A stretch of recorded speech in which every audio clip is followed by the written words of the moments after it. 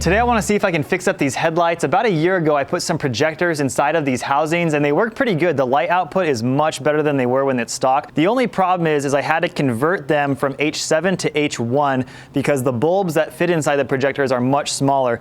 I was using this little H7 to H1 adapter piece, and unfortunately with the limited amount of room there is in this car with the intake manifold and everything under there, especially on the passenger side, it just has really not been reliable, and I get a lot of flicker out of the headlights, and basically they just randomly turn off sometimes because the bulb's not making continuity. Ironically, the headlight that's been the most unreliable has been this driver's side headlight. For whatever reason, the plug and everything starts to wiggle loose, and I've had to reach my arm under this cover here a few times late at night to get it working again. I think the passenger side is just jammed in there so hard that it has no choice than to be plugged in. So today I want to take the headlight harness and actually cut the H7 plugs off and crimp on some H1 plugs so that when I plug them in, there'll be a lot more room, and also hopefully the connection will be a lot better. There's actually so little room back here behind the headlight that I'm gonna have to take the grill out and actually remove the entire headlight housing from the car just so I can unplug it.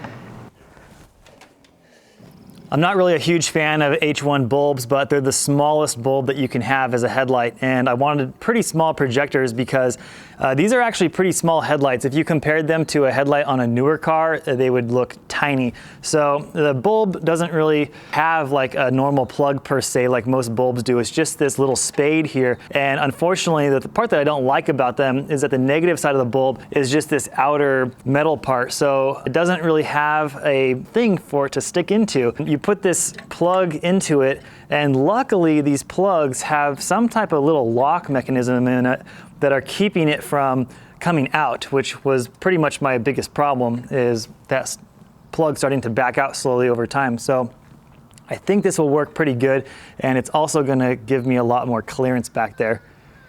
I'm not really sure what will happen if I plug this in with the wrong polarity, but I'm guessing nothing. Or maybe the light will just turn on anyways, but I'm just gonna double check it here before I start cutting and soldering some stuff. So maybe black, maybe yellow goes with yellow, good guess. So green is definitely the negative, good to know. I'm using these new style solder and seal things. I'm not really sure what they're called, but I thought they were supposed to be the cool new, like all the rage thing, except for you're supposed to crimp stuff like this, I think, and we'll see how long these last. Maybe this is a really bad idea. Maybe they'll be great, who knows? Maybe that's something I'm gonna have to get, is some professional style crimps for this electrical stuff. The headlights are back in and all the wiring is finished up on those. They're functioning properly now, which makes me really happy. I wasn't being super careful when I put them back in, and I actually had the headlights on and bumped part of the core support, which blew the fuse because that created a short. It turned out to be a really good thing because when I went to replace that fuse, there was an aftermarket inline fuse that the previous owner had installed. It was so old and corroded that the fuse actually broke off inside the connector. So I crimped on a brand new inline fuse for that. So that's all nice and new now. And I decided I should probably put the timing belt cover back on the engine that I had powder coated last winter. I was waiting until I got the engine pulled out and kind of refreshed to do it, but I've probably put about 1,500 miles on the car with no timing belt cover, and it's kind of making me a little nervous, you know, going on road trips and stuff and gravel roads. Sometimes stuff could bounce up in there, and I don't want that belt to get destroyed and possibly ruin the engine. So I went to put that back on, but of course I couldn't find these specialized screws that go in there. So what I did was I just went down to the hardware store, didn't think I was gonna find anything, but they actually had these little brass fittings that are almost identical to what the OEM bolts look like. And I put some washers on here to make sure they hold this rubber plug in that's on the cover. But these are basically furniture, like your bed frame or a couch or something, and they're brass plated, so I don't think they're gonna look very nice for very long, but that's gonna be enough to hold that thing on there until, you know, I figure out a solution, whether it is find the bolts that I lost or just buy some new ones or something. We'll see. So for now, that'll do. Since we've got the bumper cowl off, this is a perfect opportunity to take a look at this alternator that is not in great condition. This thing is probably the original and I want to replace it at some point, but I've been having a lot of problems with it slipping. If you've seen any of the previous videos where I take road trips, I threw one of these belts off when I drove up to Cape Flattery and had to fix it on the side of the road, which it was a little bit fun, but it wasn't exactly how I wanted to spend my day. I think this bracket down here is just horribly designed. There's no way to lock it out. So what ends up happening is if you can't really get this screw really tight, and eventually over time the thing just loosens up. So I want to get rid of this bracket entirely, and I think I'm just going to take 2 Heim joints with a threaded tube in the middle and make it so that you can lock this thing out with that Heim joint and make it exactly the tightness that you want, and also just most importantly have it not loosen over time.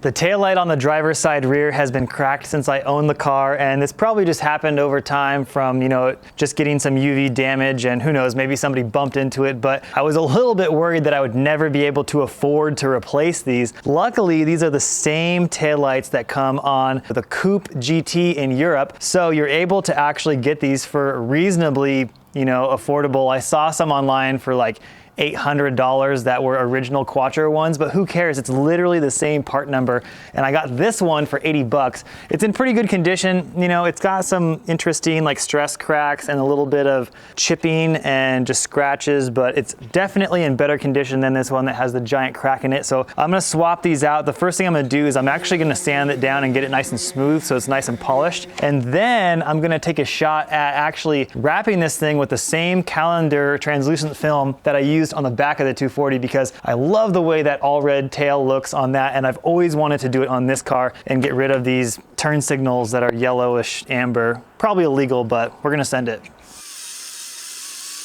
That polished off pretty quickly. That 2000 grit sandpaper, I was surprised, just blew right through the little markings and writings that are on here. So I'm gonna do a little test piece real quick. This is calendar film, so it's not as malleable as the cast film that I use to wrap the cars, which basically means it's just a bit thicker and takes a lot more to get it to stretch. So I'm kind of just gonna do like a quick low effort test piece to see how easily I can get it to stretch around this corner, and then maybe we'll do like a little more serious one where I try to actually take my time. But oh, this stuff stinks.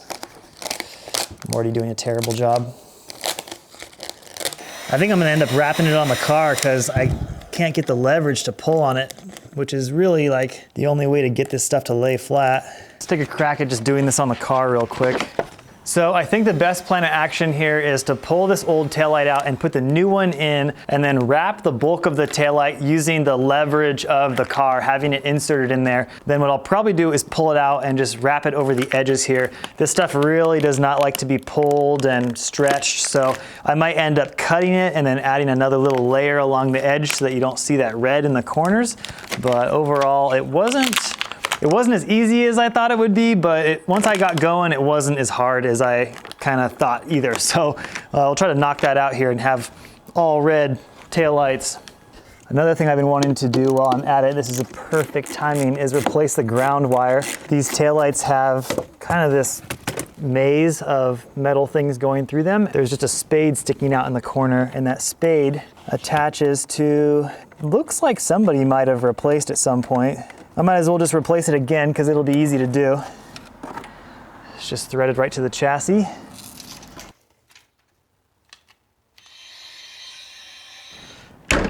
Those turned out awesome. I really love how they look, and I'll be bragging to all the other 12,000 Quattro owners about how I'm the only one that has an all red Quattro taillight setup. But the one weird thing is this driver's side taillight is a lot darker than the passenger side one, and I'm not really sure why that is. Maybe it's just the fact that these taillights have lived 2 very separate lives. They're still the same part number, so I'm not sure if maybe this one sat on a shelf for 20 years. Who knows? The one thing I want to do before I call this finished though is get that ground replaced on the 2 taillights. It's basically just a little cable that has a spade, plugs into the side of the taillight, and just goes to a random spot in the trunk. And the one on the passenger side is really rusty. So I'm gonna just whip out a couple of little ground cables, and then we'll be all finished up with that. I'm sure the wire is probably fine. I'm just gonna cut off these spades and put some fresh ones on because they kind of get hollowed out after a while and they don't stay in very well.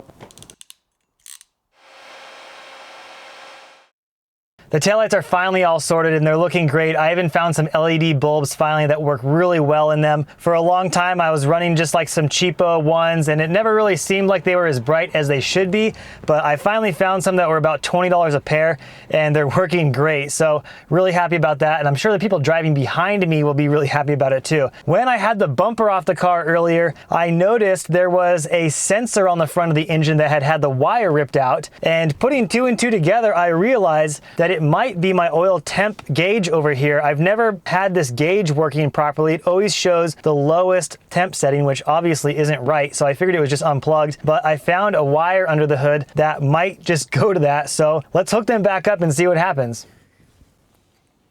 All right, so here's the eyelet. Definitely looks like something got ripped out of it. This car has quite the history. It's got a brand new oil cooler, and the alternator has definitely been bashed against a couple of boulders. So who knows exactly what it's all been through, but I'm sure this got pulled out at some point and never put back in. That wire is not long enough, so I'm just crimping an eyelet onto a new one and we'll join them together. And if it works, we'll clean the whole thing up a little bit when this car gets a real wiring job.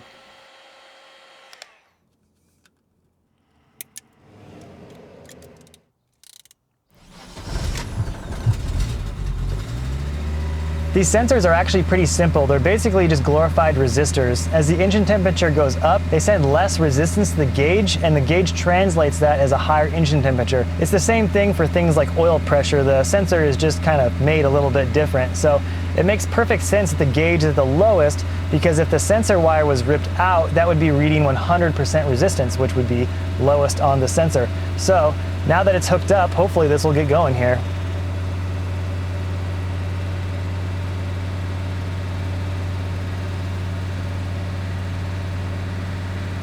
Kind of takes a while to warm an engine up. There you go, it read a little bit higher. That's a heck of a lot higher than it's ever read before. So I'm kind of excited. I want to take this thing for a drive, but it's not exactly in the state to be driving right now. So we might have to wait till a little bit later. It's been a few days and I decided to put the bumper back on the car. I wasn't gonna mess around with it because I wanted to just have it ready to go to put the Heim joint on the alternator that just showed up. So they sent me one that was about 2.5 inches. It's about as small as you can get on these. I might have to cut a little bit of the tips off of the Heims just to get it even shorter, but I think that's gonna be the solution to hopefully get the alternator to stay put. Also, the LED bulbs for the taillights all showed up, so those are all looking really good, really nice and bright, and I put resistors in the turn signals so not getting hyper flash, which is really nice. I think I'm gonna try to talk my wife into going for a little drive with me and grabbing some dinner tonight. We usually go downtown or something when we have a little date night, but I'm kind of tired of that. So I wanna go the opposite direction, further out into the countryside, and maybe drive around for 45 minutes or so and go to a dive bar or something like that. So that should be fun.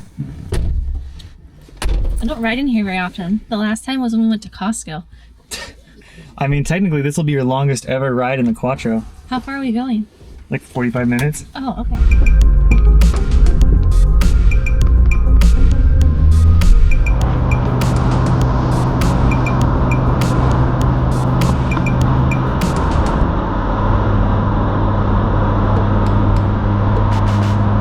Shut up. Someone's wearing a cowboy hat. No. What the? She's one thing out of that spot. Oh my god, this is so fun. I wonder if you call it a honky tonk.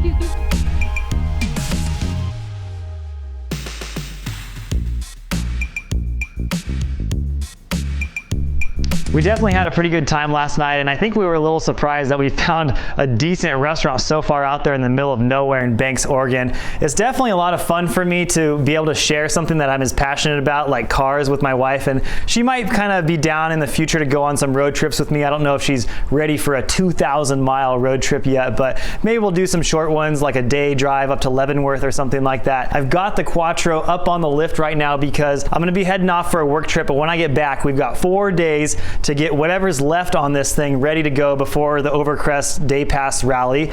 And I definitely want to get that alternator stay working properly so that my alternator belts aren't flying off. And I also ordered a carrier bearing for the drive shaft. It's not exactly an Audi Quattro drive shaft bearing. I couldn't really find one, so I ordered one for an Audi 80, which is pretty much the same thing, I think. So hopefully all those small chassis Audis kind of, you know, match up with the subframes and everything. I think we'll be fine there. So I thought about maybe cutting the resonator out, but I don't think I have time. I'm not a great exhaust welder when it comes to things like that. So hopefully the car will be even better than it is now, I'm not too worried about it. I'm basically already drove the car 300 and something miles this week, and it was totally fine. So everything should be squared away. I'll have all my cameras ready to go so I can do a good job documenting the whole thing.